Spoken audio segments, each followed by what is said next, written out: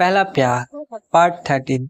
मैं अपने कमरे से बाहर आ गई और काफी ज्यादा मेकअप किया और तैयार हुई थी और फिर आहिस्ता आहिस्ता चलती हुई आसिफ अंकल के कमरे के गेट पर पहुंच गई।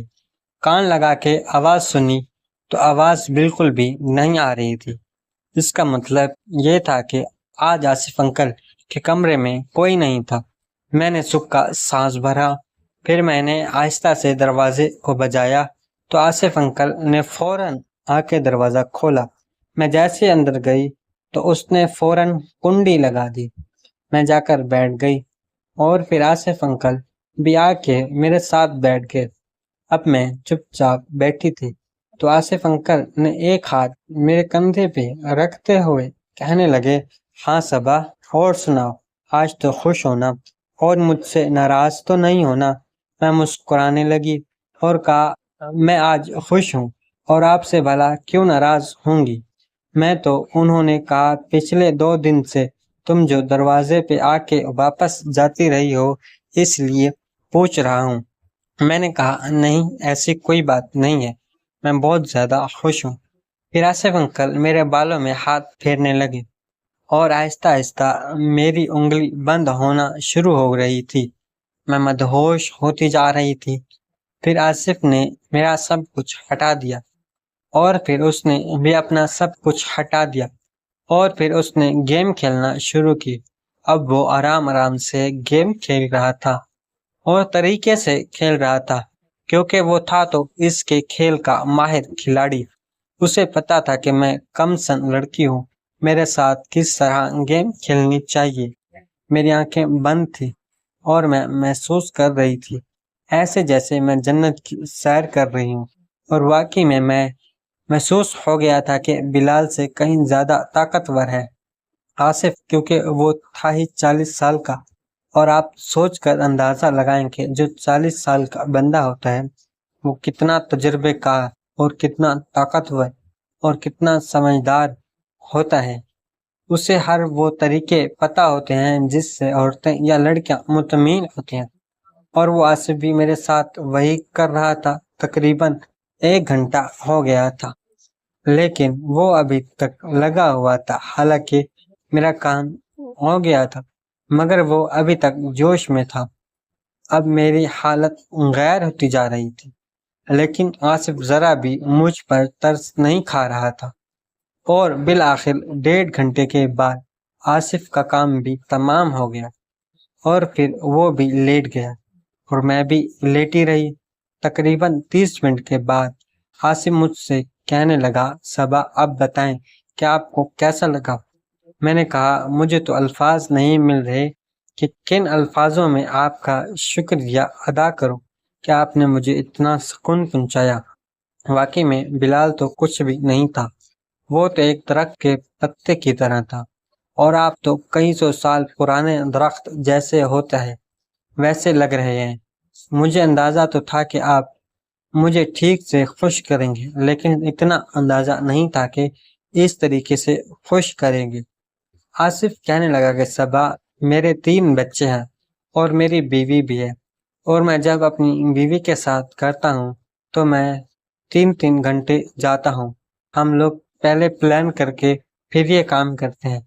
तो मैंने कहा कि अच्छा, तो आप मुझे भी बता दें, मैं भी आपके साथ प्लान बनाती। आसिफ कहने लगा, सबा, अगर कल तुम्हारी अम्मी नहीं आती तो तुम कल रात को मेरे पास आना, फिर पूरा प्लान बना के और मैं तुम्हें तरीके बताऊंगा कि किन किन तरीकों से किस किस तरह करना है और फिर तुम उन तरीकों को फॉलो करना और फिर देखना कि तुम्हें कितना अच्छा लगता है।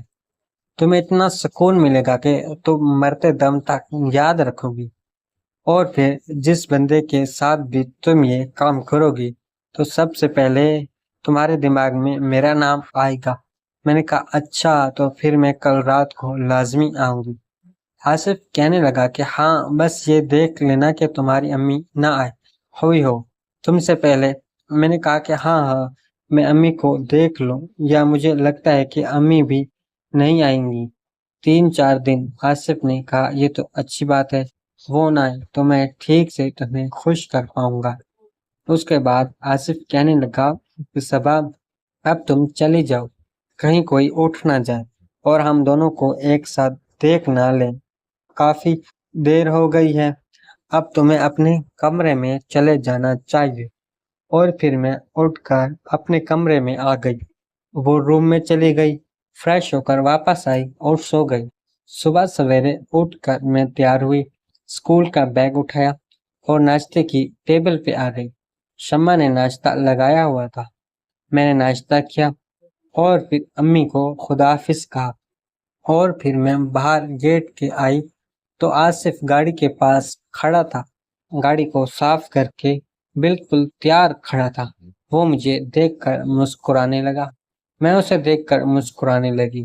اس نے مجھے سلام کیا، میں نے سلام کا جواب دیا اور میں پھر گاڑی میں بیٹھ گئی۔ پھر آصف مجھے لے کر اسکول پہنچ گیا۔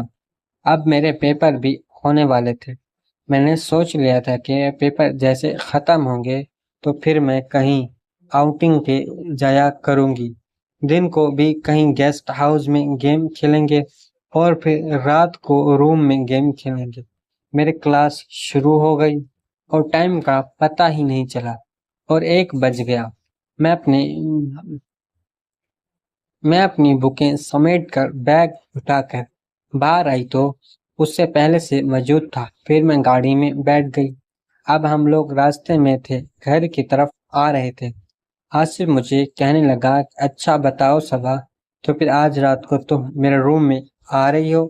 میں نے کہا ہاں ہاں بالکل ضرور آؤں گی، بس آپ تیار رہنا اور سارا پلان مجھے پہلے بتا دینا کہ کس طرح چل رہا ہے اور کیا کیا کرنا ہے، اور مجھے بھی وہی والا سکون ملنا چاہیے جو آپ اپنی بیوی کو پہنچاتے ہیں۔ آصف کہنے لگا کہ تم پریشان مت ہو، تو میں اس سے بھی زیادہ سکون دوں گا۔ اور پھر ہم لوگ گھر آ گئے۔ آج ابو بھی گھر آئے ہوئے تھے، ان کی شاید طبیعت ٹھیک نہیں تھی۔ میں نے امی سے پوچھا کہ کیا ہوا ابو، آج اتنی جلدی کیسے گھر آ گئے؟ تو امی کہنے لگی کہ ان کا بی پی لو ہوا ہے اور اب وہ ٹیبلٹ کھا کر سو رہے ہیں، آرام کر رہے ہیں۔ پھر میں اپنے روم میں آ گئی، یونیفارم وغیرہ چینج کی اور فریش ہو کے کھانا کھانے کی ٹیبل پہ آئی، کھانا کھا کے لیٹ گئی۔ اپنے روم میں جا کر شام میں اٹھی تو ابو بھی ڈرائنگ روم میں بیٹھے ہوئے تھے، چائے پی رہے تھے۔ میں بھی ان کے ساتھ بیٹھ کر چائے پینے لگی۔ پھر میں ابو کے ساتھ حال حوال کرنے لگی۔ ابو نے کہا بس تھوڑی سی طبیعت آج ٹھیک نہیں ہے، ٹیبلٹ کھا لی تھی، اب کچھ بہتر محسوس کر رہا ہوں۔ اسی طرح وقت گزرتا گیا اور رات کے 10 بج گئے۔ ہم سب نے مل کر کھانا کھایا، سب لوگ اپنے اپنے کمرے میں سونے کے لیے چلے گئے۔ میں بھی اپنے کمرے میں آ کے جو رات کے 1 بجے کا انتظار کرنے لگی۔